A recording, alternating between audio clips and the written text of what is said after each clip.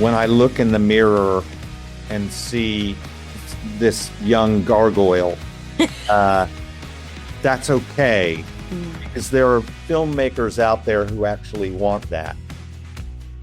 Welcome back to a new year of Feeling Seen, the show about the movies and characters that make us feel seen. Today, I am talking with one of the great character actors of our generation, of his generation, of your generation, of any generation, Tim Blake Nelson. We'll talk about Tim's new film, The Testament of Ann Lee, and about how he felt seen by Tom Waits in Jim Jarmusch's 1986 feature, Down by Law. We'll also get into Tim's experiences at Julliard, his love of the classics, and his work as a director, including an important and devastating film for millennial teens, such as myself, 2001's O. Here's my conversation with Tim Blake Nelson.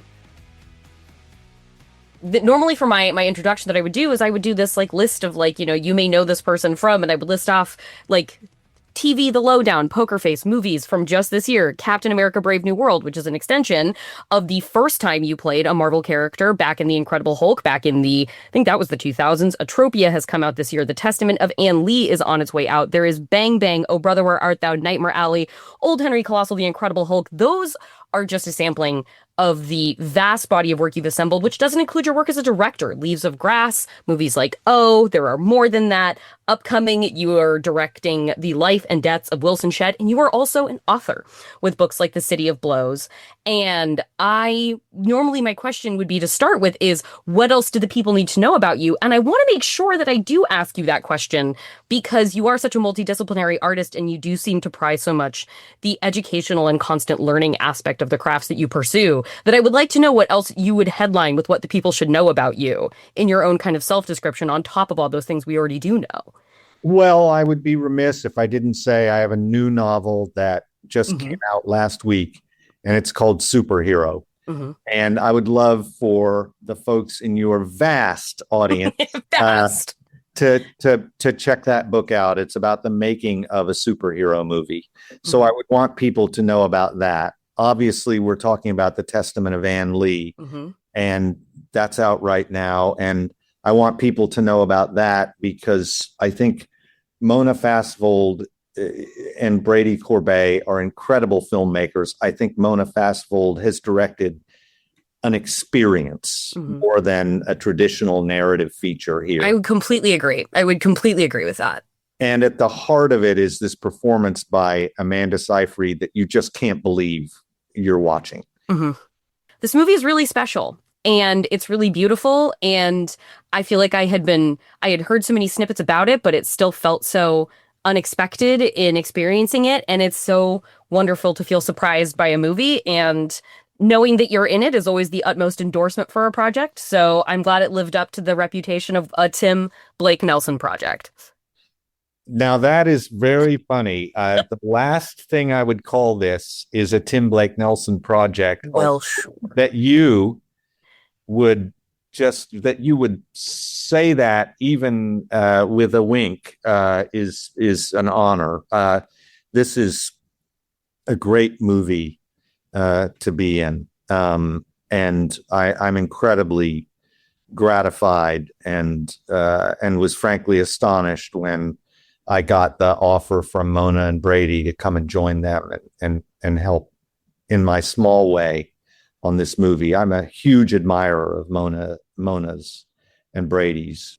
Well, I do think in the sense, even for a bit of cheekiness in the framing of my saying it that way, I think in what I've read and you talking about what your sort of priority is in working with filmmakers and what really speaks to you, and what drives you to work with a creator is the notion of curation. I've heard that come up a bunch of times when I've read interviews with you. So in a sense, in the way of saying a Tim Blake Nelson kind of project, I do think that's not the most tongue-in-cheek thing to say, because of the curation that you clearly approach. You are both prolific and an expert curator of the work that you take. So I think in the choice of making selection, I think that absolutely speaks to the truth of kind of the character of this project, is one that you would choose to commit yourself to, because as I understand from reading your interviews and such, you deeply commit to the parts that you take. I do. And I guess one has to have a balance, because on movies like The Testament of Anne Lee and a lot of the films I do, there's not, to quote the F. Murray Abraham's character in Inside Llewyn Davis, there's not a lot of money in it when you do indie films. And so with those, I'm really careful, but one does need to make a living. So there are some movies I've done that are just to so that I can do the indie films. Yeah.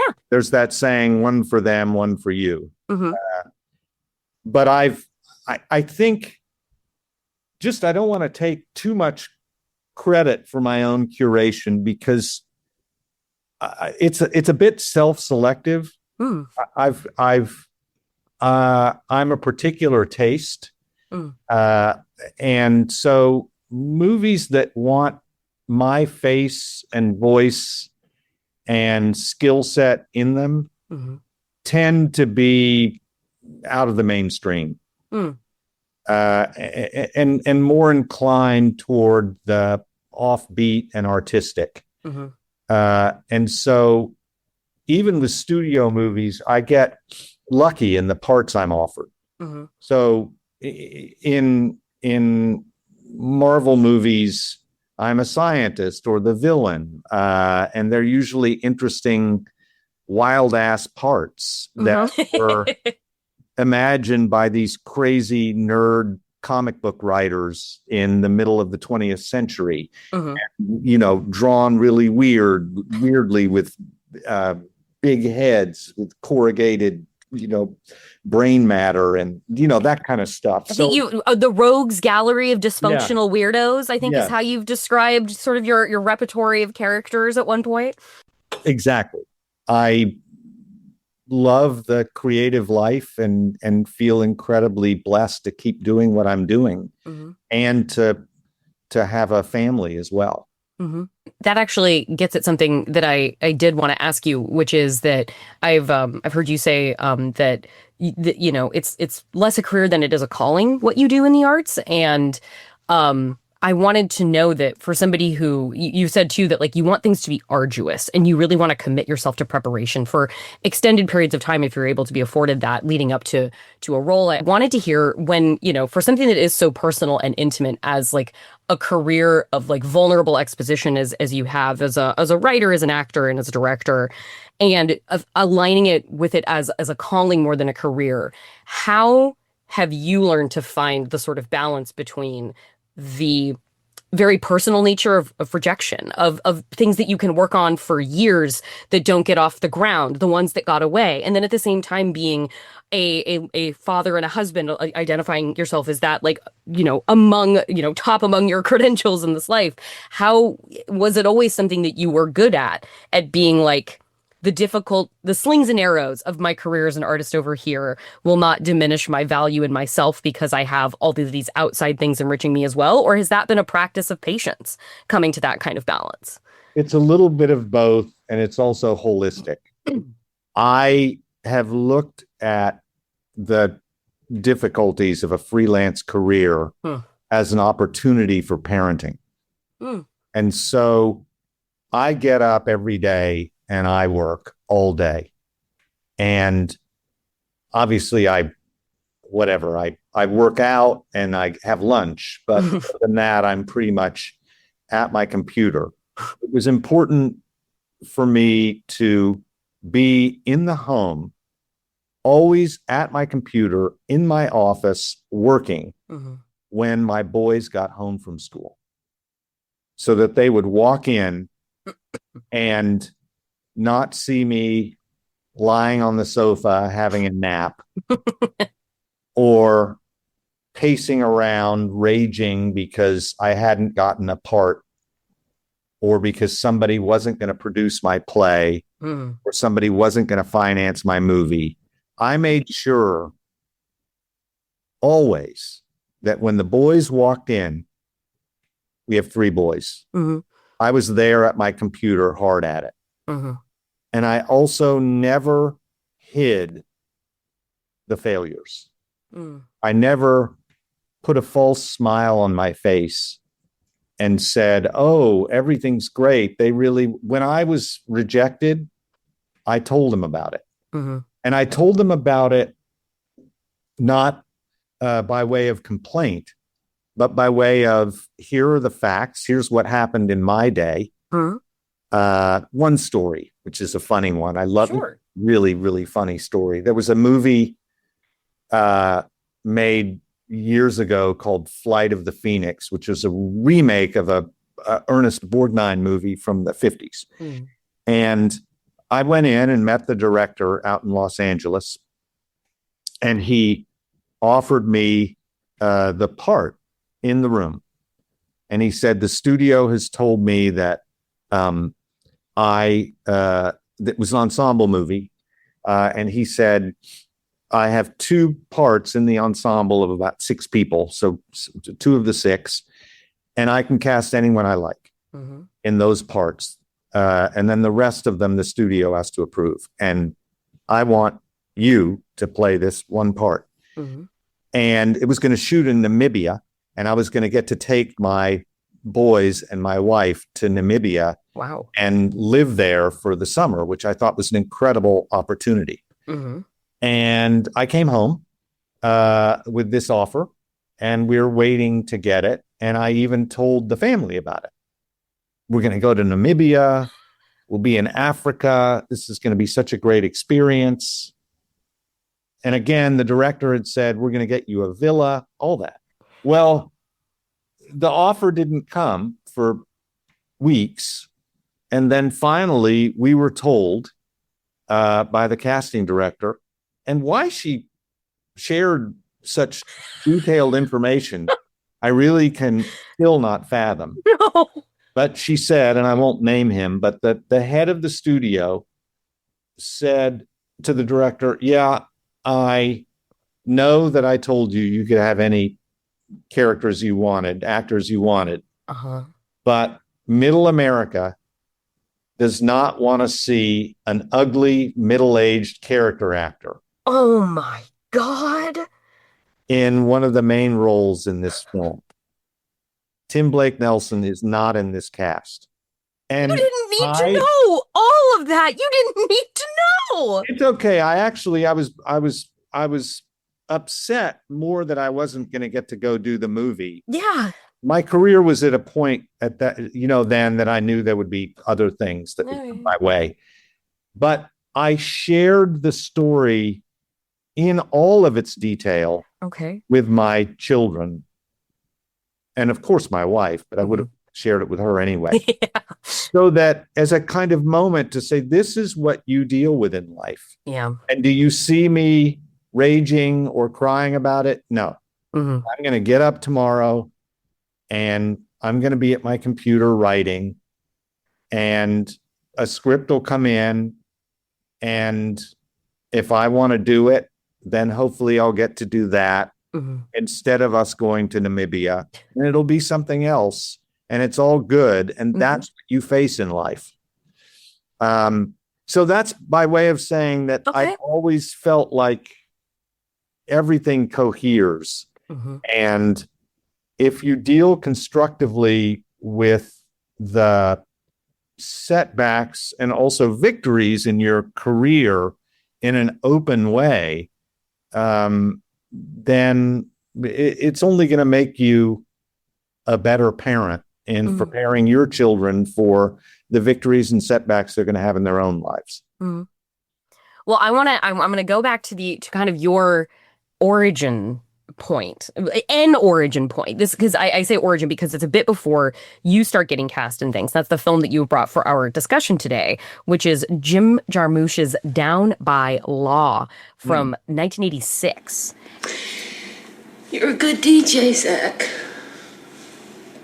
All you gotta do is learn to jerk people off a little. That's all they really want, Well, I never jerk people off, and you fucking know it, Lorette. In 1986, this is just before there's like your first credited role is like in a television show. And then there's one like a little further, like in the beginning of the 90s, like first, it looks like first credited film role. So where are you when you first experience, what are you doing when you first experience Down by Law and Jim Jarmusch? I'm a first year student at Julliard. Okay. And the actor training program, the Julliard Drama Division. Mm-hmm. And I crossed the street to Lincoln Plaza Cinemas, and I watched that movie. And Tom Waits' performance, because I'm obsessed with Tom Waits.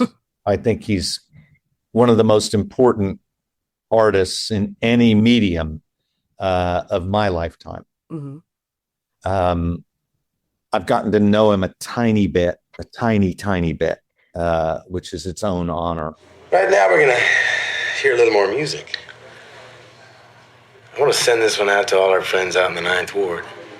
Little Lyle, all those wild dogs out there, Lone Wolf, Nashville Kid, Nadine, Dwight, Tyrone, and the Golden Boys. Let's hear a little something from Earl King, New Orleans' own. A little something called Trick Bag. Man, what is wrong with you? You know, it's like pulling teeth trying to get you to talk, and you're a fucking DJ, man. What is wrong with you anyways? It just feels, and this is kind of solipsistic, but it just feels to me, watching him in this movie, what he looks like, how he moves, mm-hmm. how Jim Jarmusch, a burgeoning great filmmaker at the time, this is his second movie after Stranger Than Paradise, a black and white film. And I feel like that this is the solipsistic part. There's a place for me. I can actually do this. When I look in the mirror and see this young gargoyle, that's okay, because there are filmmakers out there who actually want that. And I didn't know it at the time, but that was a harbinger for Joel and Ethan asking me to do Oh Brother, Where Art Thou? Mm-hmm.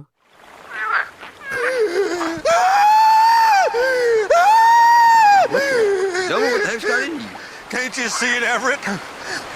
Them sirens did this to Pete.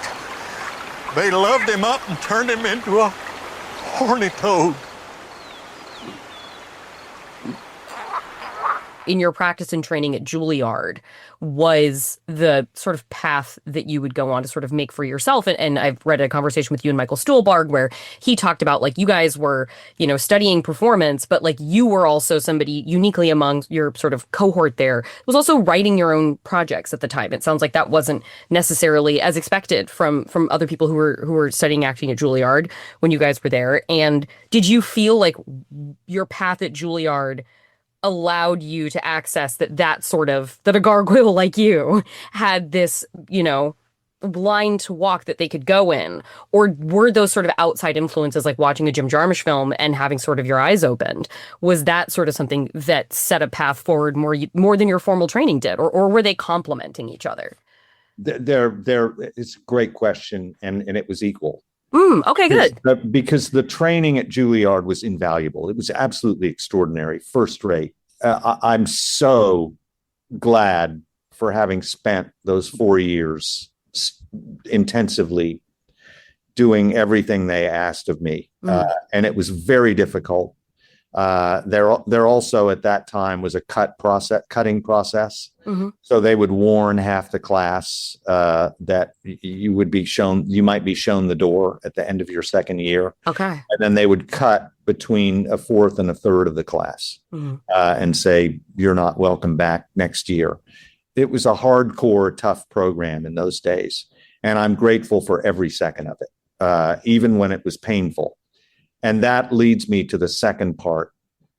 I was excited by the rigor of Julliard, and it laid a foundation for my career just in terms of approaching roles. So that was great. but I was also a bit, it's hard to say this, but I was a bit restless creatively because the training was so technical. Okay. And it at times so sidelined the imaginative aspects of storytelling, because they were training us, particularly at that time, to be in theatrical repertory companies around the country. And so their mission was to put actors out who either in New York City or out in Seattle or Louisville or Dallas or Houston or Tulsa, Cleveland, Cincinnati, all these places that had rep companies, New Orleans, St. Louis, South Coast rep in California, that you could go and become a member of that company and do, if they had 5 plays they were going to do in a season with a resident company, you'd be able to do As You Like It, Hedda Gabler, Arms and the Man, and a new play by a contemporary American playwright or British playwright. And that you would be able to be in that company and be in all of those plays and know what you were doing. So that takes a lot of technical acuity. And they were training us for that, and they trained us hard. Right. And it was a process of breaking you down and bringing you to a neutral, and then teaching you how to apply different aspects of the training to build character, analyze text, singing, dancing, and learning how to tap dance and doing a little bit of ballet and modern dance. I mean, it was, and speech classes and voice classes. It was intense. Yeah. But the imagination side I felt was somewhat lacking, and also the intellectual side. Okay. And so you were raised in a very intellectual forward, I've read about like your parents implementing you write a 5-paragraph essay every week. And so this was something you were really developed into. And I'd gone to college and studied classics.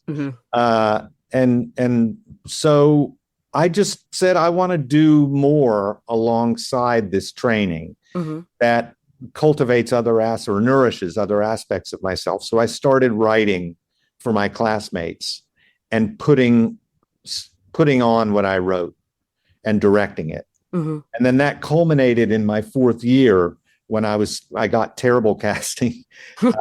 And I said, well, will you do a full-length play that I wrote as a part of the repertory of the rep for the 4th year? And they said yes. And I didn't direct it. This wonderful teacher named John Stix directed it, but I had this play of mine, my first play, produced by Julliard as a part of their rep.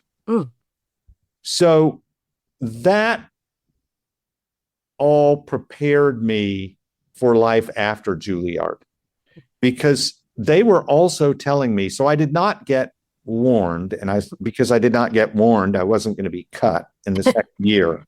But what the head of the school did tell me was, we don't think you're necessarily going to be a professional actor. Interesting. Don't know if that's in your future, but we do think you're going to write and direct and produce. Okay. And we want to keep you around this training because it'll make you a more sensitive version of that for the actors that you're going to be hiring in your future. And so I didn't take that. I took it a little personally, but I also said to myself, well, whatever it takes, I want to hang around this training because I'm learning so much. And so it sat in the back of my mind. And after Julliard, I pursued my career as an actor, certainly, and started getting work in theater in New York pretty immediately. And then in movies and television shows. But I was always continuing the writing and then eventually got into directing because that's what my Julliard life had been like. Yeah. Well, something I'm wondering then with like you talking like with that kind of the rigor and the it's kind of fascinating to hear you describe all this because it kind of sounds it sounds very at odds with the sort of de rigueur pervasive mentality in this present society. Preparation, expertise, intellectual rigor and interest.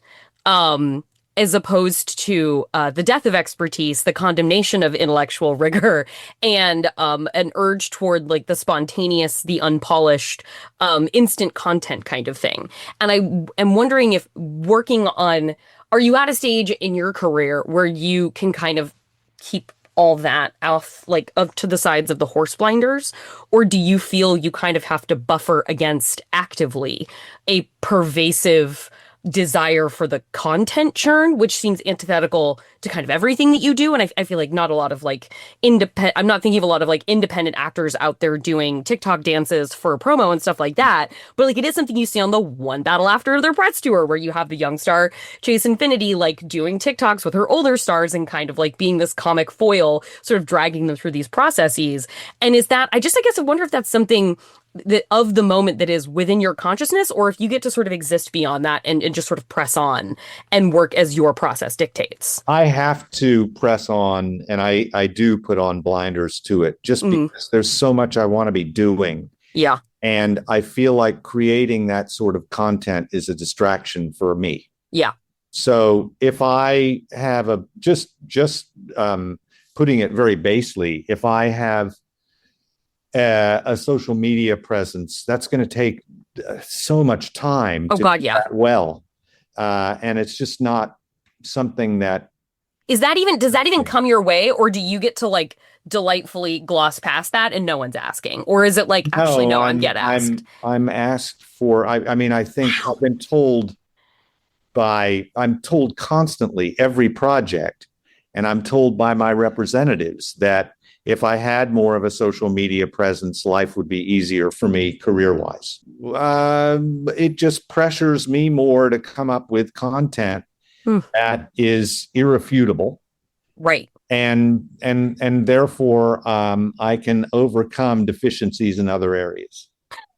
Well, okay. And so to the Jim Jarmusch of that, like with studying the classics in college, being raised in it seems like sort of like a classics-oriented, intellectualized home, and then the rigor of study at something like Julliard, encountering some Jim Jarmusch, there's like feels incredibly like getting into the new queer cinema era of the 90s, where like the notion of heroism was sort of shredded apart and messing with narrative structure, and something that felt truly like a break apart from movie watching as we understood it in perhaps more conventional films.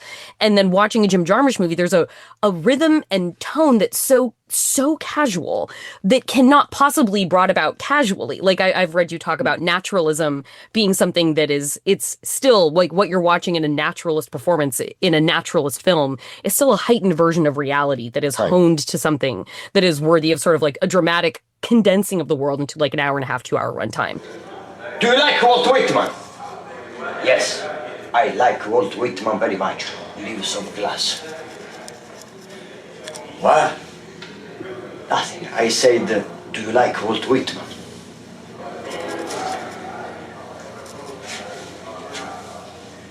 Walt Whitman. Yes, I like Walt Whitman very much. Very good, Leaves of Glass. Of Glass.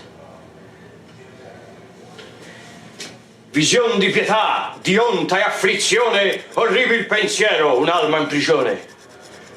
Walt Whitman.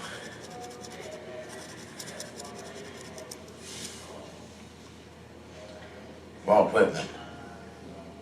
And I wanted to hear from you about someone brought up through the classics and then encountering him being moved by a Jim Jarmusch, which feels now he is a classic in his own right. But I feel like coming up on early Jim Jarmusch, it's like, well, this doesn't feel like what I've seen before. And this is sort of rubbing my brain in a different way than I encounter. And I wanted to hear about the classic training meets the sort of like strange auteur standard breaking that moved you as a young filmmaking watching person and training to be in this world.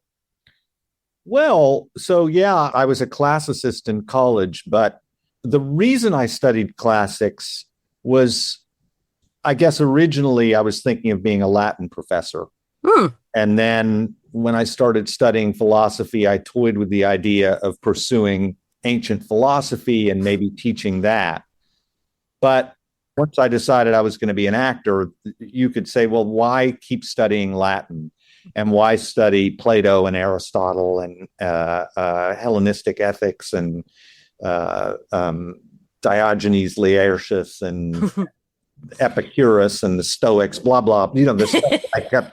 But it was to learn the foundations of the Western system of thought. Mm-hmm. And so then I started taking the really advanced iterations of that and studying 20th century thinkers who were often repudiating what the ancient thinkers had to say. I mean, it was almost anti-Platonic. These people who said, no, there's no ideal world out there that we're kind of pursuing. There's no ideal of beauty. Mm-hmm. There's no right and wrong. It's all relativist. It's all relative. And if you try to go back to the nature of things, you're not going to find a single originating principle or event. You're going to find nothing. It's a chain of signification that leads to zero. And all stories are false narratives that are meant to suck the reader in the way that capitalism sucks you in to hide the amount of work that goes into stuff. I see. All of these thinkers, but I wanted that were really exciting to me to read. Yeah. But I wanted to study what they were repudiating. Mm-hmm. And so when I'm seeing a Jim Jarmusch movie, to me, it's 20th century literature. He's in that tradition. Okay. So it's, to me, like John Fante. It's like Kerouac. I think that he's also influenced by Salinger. It's kind of I'm going to write in a way that goes against the prettiness of literature. I'm going to go against the heightened. I'm going to repudiate that and be utterly real and low key and dry. And my humor is going to be dry. And I'm not going to put I'm not going to lard this thing with musical score. This is the anti-Bernard Herrmann, kind of approach to how music is going to be used in the movie. And I'm going to put weird characters up there. I am not just like you. Whatever you say, I don't even want to deal with you. You got it, man? As far as I'm concerned, you don't even exist. Not at all. Got it?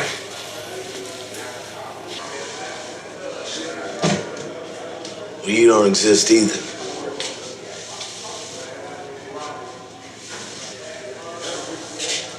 Walls don't exist. The floor doesn't exist. His prison's not here. His bunks aren't here. The bars aren't here. None of this is really here.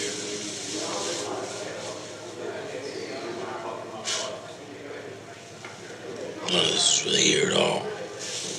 So I think it's a part of classical literature, because if you don't have classical literature and classical filmmaking, then you don't have this. It's, to me, Jim Jarmusch is like a Courbet painting. He, like in the Stonebreakers, where Courbet paints, they were aghast when people saw that in the late 19th century in Paris. He's painting a guy busting a stone, and he's turned him away from the viewer, and you can only see his back, and the colors are kind of ugly. What is this slice of life he's trying to give us? This isn't art, it's offensive. Well, that's what Jim is doing. He's putting people on the screen that you never would have imagined being there. And he's putting music in his soundtrack that you never would have imagined being there. And he's shooting it in black and white when he doesn't have to. And all of that. And that subversion is subverting something.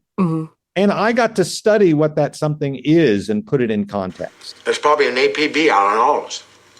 Nah, I'm sure we're gonna make it. Well, we're gonna have to keep going. At least now we know where we are. And where do you go now? I'll probably head out west. Out Los Angeles. And you, my friend Jake, where do you go? Well, if he's going to L.A., I'm gonna go east. You know what I mean? Yes. It's time for a break, but I'll be back with Tim Blake Nelson, and we'll finally get into the burning question I had for him: the backstory of his entry into the teenage Shakespeare adaptation film genre, 2001's O.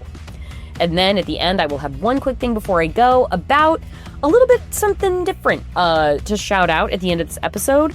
Really fantastic, if you're interested in a year in review of 2025's action cinema, I have got a tip for you for something that you should check out that is super cool if you are looking to add more of the genre to your viewing palette as we enter 2026. So stick around for that.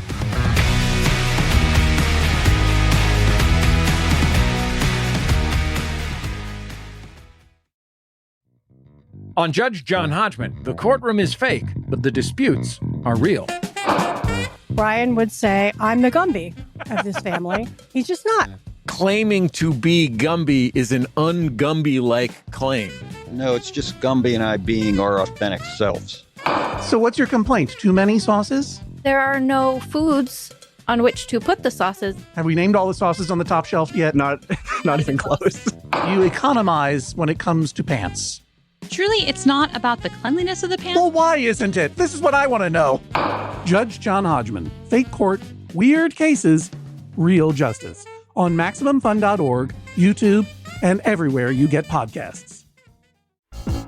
If you want to know what's going on in the world of movies, you should be listening to Maximum Film so we can tell you all about it. Okay, but what if you already know what's going on in the world of movies? What if you're kind of obsessed with movies? Like maybe you have a problem? Well, then you should definitely be listening to Maximum Film, because we too have that problem, and it's important you know you're not alone. We're talking indies you'll want to seek out. Blockbusters and blockbusting wannabes. Classics we can't get enough of. I'm comedian and writer Kevin Avery. I'm film critic Alonzo Duralde. I'm festival programmer and producer Drea Clark. Together, we're Maximum Film. Smart about movies in Hollywood, so you don't have to be. But if you already are, that's also great. And hey, we see you. New episodes every week on MaximumFun.org.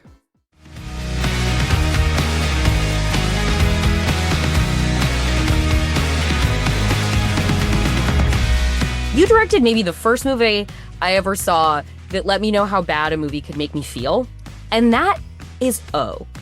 You directed the contemporary adaptation of O, starring Mekhi Phifer and Josh Hartnett.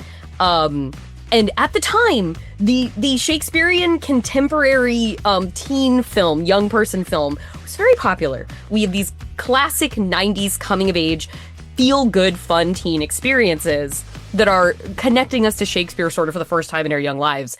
And you come out with the dark, manipulative, fucked up, like angry, sad O with these heartthrob young actors. And that just lines up, like being able to hear you talk about like the subversion of the classical modality and then thinking about, oh, when that came out, like, were people like, yeah, run with it, or did you have to fight to get this particular Shakespeare adaptation made when that was very out of step with how the young contemporary person appealed to the high school, college age crowd was coming out at the time? Like, that was out of step with what those movies were. And it makes sense hearing you talk about it now, but I just wanted to hear your thoughts on that in reflection. The first fight was with myself, because as much as I liked a movie like Clueless or 10 Things I Hate About You, I didn't love as an obsessive with Shakespeare who'd studied him in high school and college, and then at Julliard. There was never a moment in which we weren't working on Shakespeare. Okay. And so I didn't love these high school adaptations, which to me were dumbing the material down I can see if you're really in the ocean of Shakespeare, how it would feel that way. I can see that. And I was wrong. And I learned I was wrong when I read the script for O, which is based on Othello. Uh-huh. Because what I realized when I read Othello was, oh my God, not only is transposing this into high school appropriate, but it's perhaps tragically the most apt and trenchant way of transposing it right now, because we have all these high school shootings absolutely in the country. Mm-hmm. So this was after Pearl, Mississippi, and I mean there'd been a raft of them. Mm-hmm. And so I said, yeah, I want to make this because this could be a wildly provocative piece. I ain't no different than none of y'all. My mom's ain't no crackhead. I wasn't no gangbanger. It wasn't some hood rat drug dealer that tripped me up. It was this white prep school motherfucker standing right there. Put the gun down. Come on, son, drop it. Put it down now. The writer of that script is a guy named Brad Kaya. And I really worked hand in glove together to make it as close to the Shakespeare as possible. Okay, wow. Yeah. Even though it's not in the original language. It was as close to it really adheres to every aspect of Shakespeare's play. Uh-huh. But it's in high school with a high school shooting. Yeah. And it wasn't difficult to set up because actors wanted to be in it. It's Josh Hartnett, Julia Stiles, Rain Phoenix, and Mekhi Phifer, and this other actor named Eldon Henson. And I had this wonderful casting director with whom I've always worked, A.V. Kaufman, brought that cast together with me. And so we set the movie up. It was independently financed, but it was bought by Miramax and Dimension by Bob and Harvey Weinstein before we started shooting. It's called a negative pickup. So they bought the rights to the movie. We were going to make it and then deliver it to them and they'd release it. While we were editing, Columbine happened. Oh my, I remember the class that I was in when the news of Columbine came through and all of us just freezing in time. That happened in our editing room. Wow. The financier called me and said, have you turned on a television? And I said, no. And he said, well, our movie is it's happening on television right now. And so I turned it on and it did look like our movie because I had studied all these shootings and all the news reports associated with them. And we duplicated that for O. Oh my God. And it just looked like the movie. And I thought, well, all right, this just became devastatingly, tragically more relevant a movie. But Miramax did not take that point of view. Dimension, Miramax, well, Bob did. Bob Weinstein did, but Harvey was anxious that there would be copycat killings and that this would exacerbate the situation rather than shed light on why this kind of thing happens and the psychosis that goes into a kid wanting to shoot up a high school. Yeah. And, that involves jealousy and gossip and manifestos. And all of that is very much in Shakespeare's play. So the getting it out was the fight. Okay. It wasn't the setting the movie up. And eventually Bob and Harvey handed the movie over to Lionsgate, which was run at the time by a guy named Tom Ortenberg, who recently put out The Apprentice. He was the one who put out the Donald Trump film, The Apprentice, when nobody would touch it. So this is a really bold, brave distributor. He's still that way. And he was that way back when Miramax called him and said, would you consider putting out O? And he said, you bet I would. And That's how you saw it, Jordan.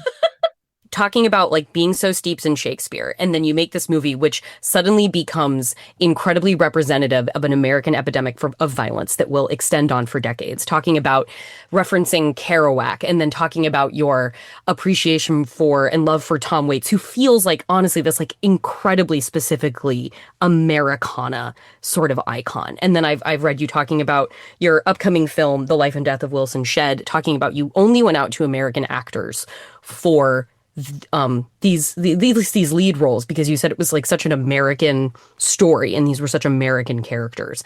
And I wanted to hear about your relationship to embodying, crafting, framing sort of Americana, American culture specifically, and your sort of attachment to that as something living or that to bring forth to people, or like its alignment sort of in your soul as a creative.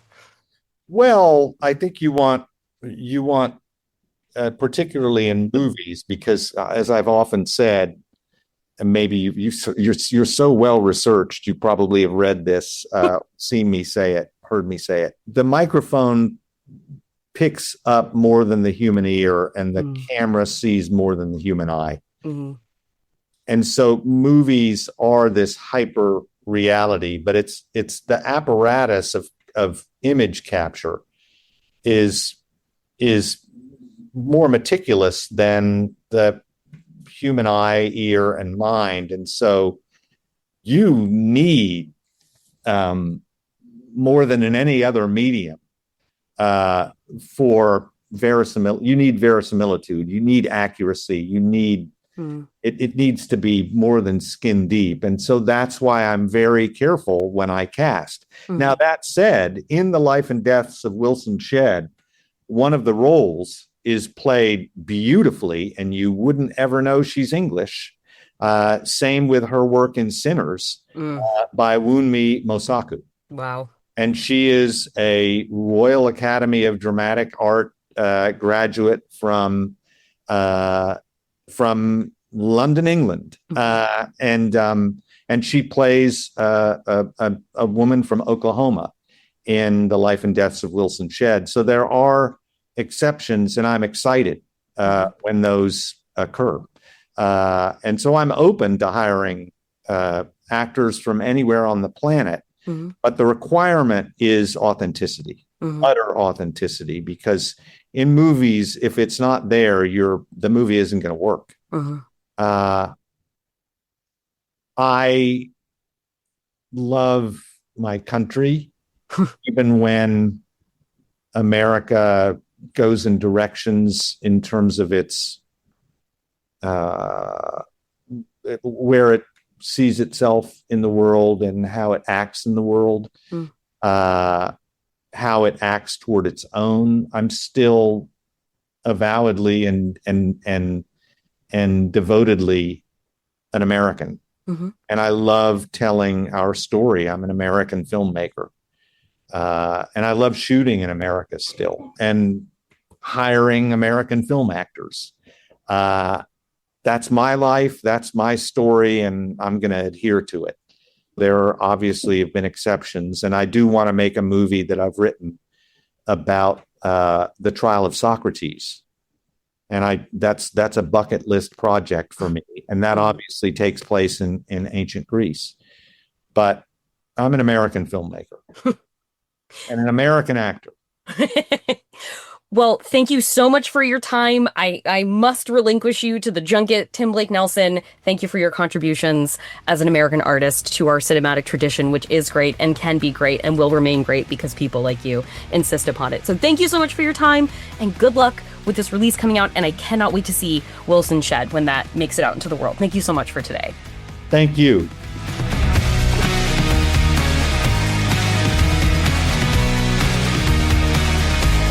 Thank you so much to Tim Blake Nelson. When this became an opportunity, to talk to him, it was like, yes, Tim Blake Nelson, yes, absolutely. And so I'm so happy this came together. It feels like having such a prestigious air about the episode to have a figure such as Tim with us. And The Testament of Anne Lee is in theaters now and expands later this month.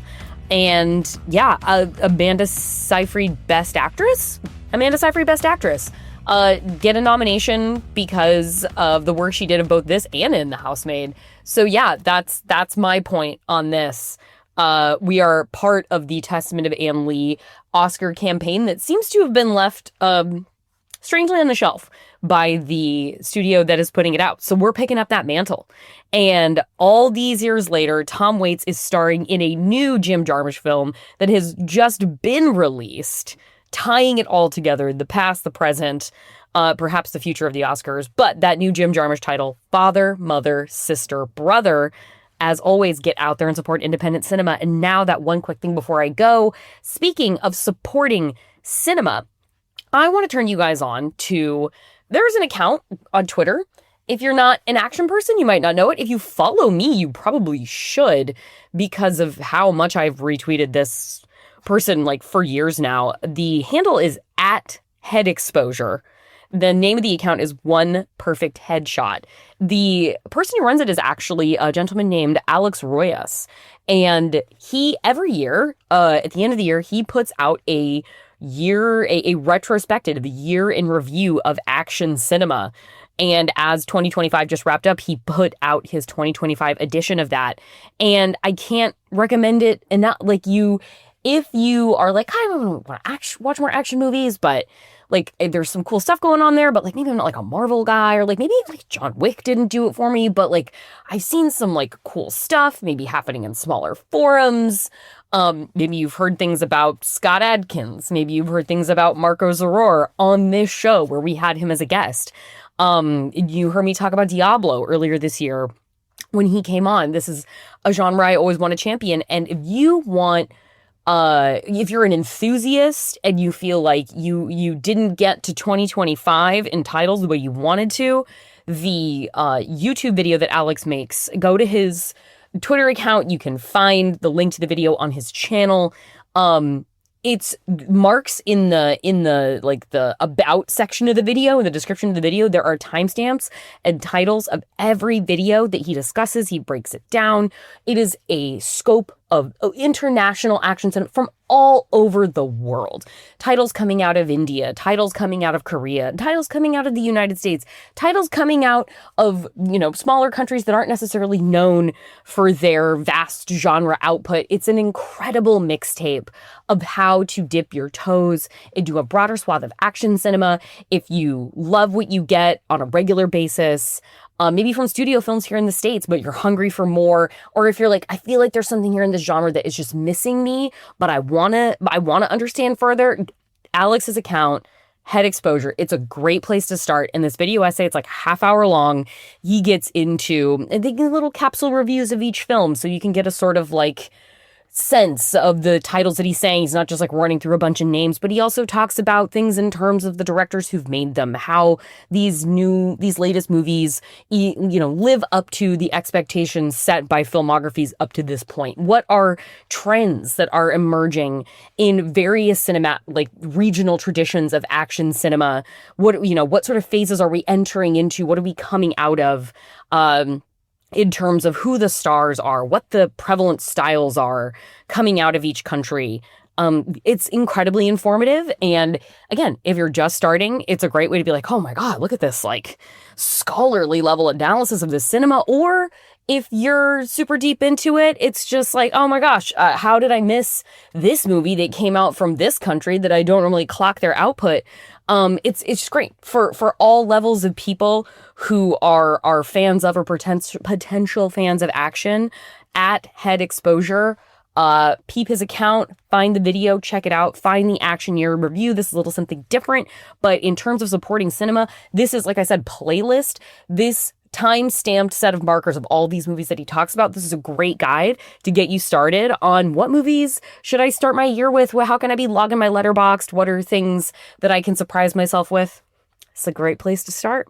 And that is further supporting of the cinema. And that is our show. Happy New Year, everybody. You can keep up with us wherever you get your podcasts. We need you to like, we need you to subscribe, we need you to recommend, we need you to get out there and tell the people that this is the show to be listening to. So follow us, subscribe, wherever you are at right now, whatever little format you're at, to get you every episode in your feed as it populates. You can follow us on Instagram at Feeling Scene Pod. We are also on Blue Sky. Search Feeling Scene or Jorcru, Jorcru, which is where I am on Twitter and Blue Sky.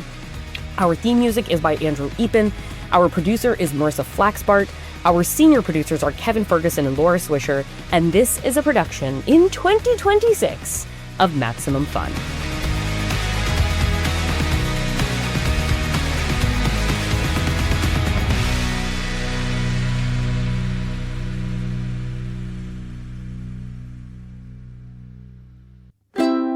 Maximum Fun, a worker-owned network of artist-owned shows. supported directly by you.